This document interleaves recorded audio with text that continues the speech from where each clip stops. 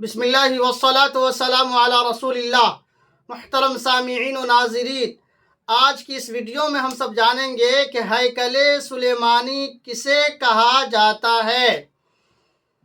بنی اسرائیل کے انبیاء علیہ السلام کے زمانے سے تابوت سکینہ یہ سلسلہ در سلسلہ چلتا ہوا داؤد علیہ السلام تک پہنچا۔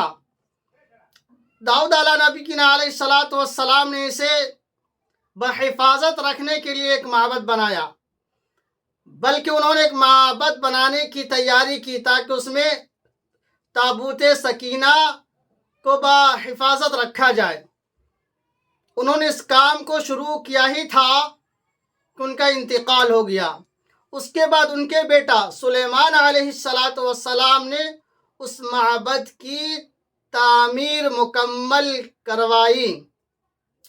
چونکہ سلیمان علیہ السلام کے زمانے میں اس کی تعمیر مکمل ہوئی ہے، اس لیے اس کو ہیکل سلیمانی کہا جاتا ہے۔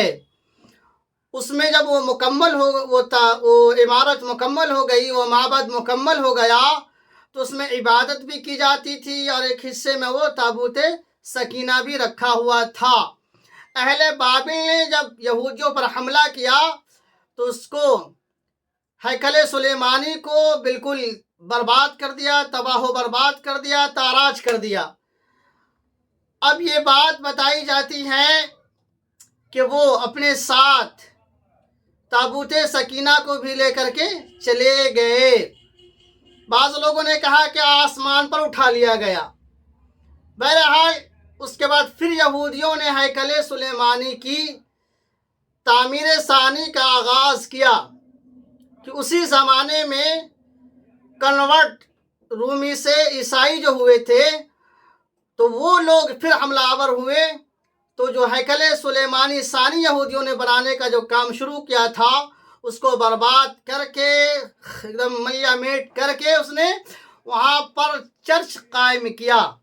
تو ہیکل سلیمانی آپ کو معلوم ہونا چاہیے ہوا کہ داؤد نبی کی علیہ السلام کے زمانے میں ایک معبد قائم کرنے کا کام شروع کیا گیا تھا تاکہ اس میں تابوت سکینہ رکھا جائے۔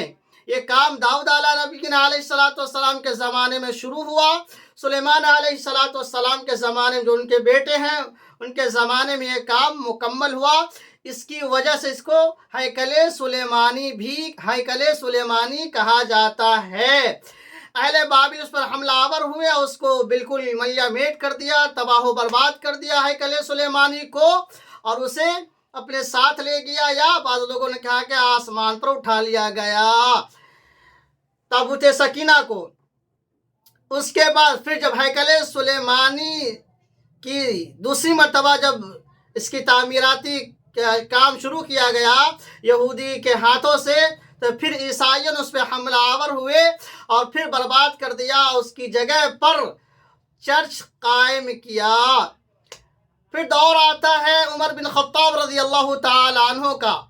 ان کے زمانے میں فلسطین کو فتح کیا جاتا ہے، اور اس چرچ سے ہٹ کر عمر بن خطاب رضی اللہ تعالی عنہ دعا فرماتے ہیں، اور اسی جگہ پر یعنی چرچ سے ہٹ کر کے ایک مسجد قائم کی جاتی ہے جسے مسجد اقصی کے نام سے آپ اور ہم جانتے ہیں۔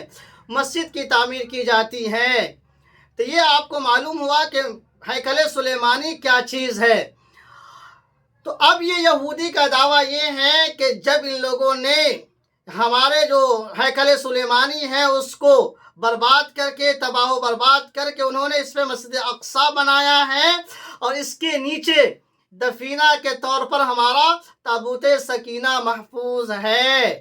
تو یہ دعویٰ کرتا ہے، اسی وجہ سے اس مسجد کو یعنی مسجد اقصی کو شہید کر کے، اس کو قربان کر کے وہاں پر دوبارہ نئے سرے سے ہیکل سلیمانی قائم کرنا چاہتا ہے، اور یہ کہتا ہے جب ہم اسے توڑیں گے، قربان کر دیں گے مسجد اقصی کو، تو اس کے اندر سے جو ہمارے تبرکات ہیں یعنی تابوت سکینہ، اس میں جو ہمارے تبرکات ہے وہ بھی ہم پا لیں گے۔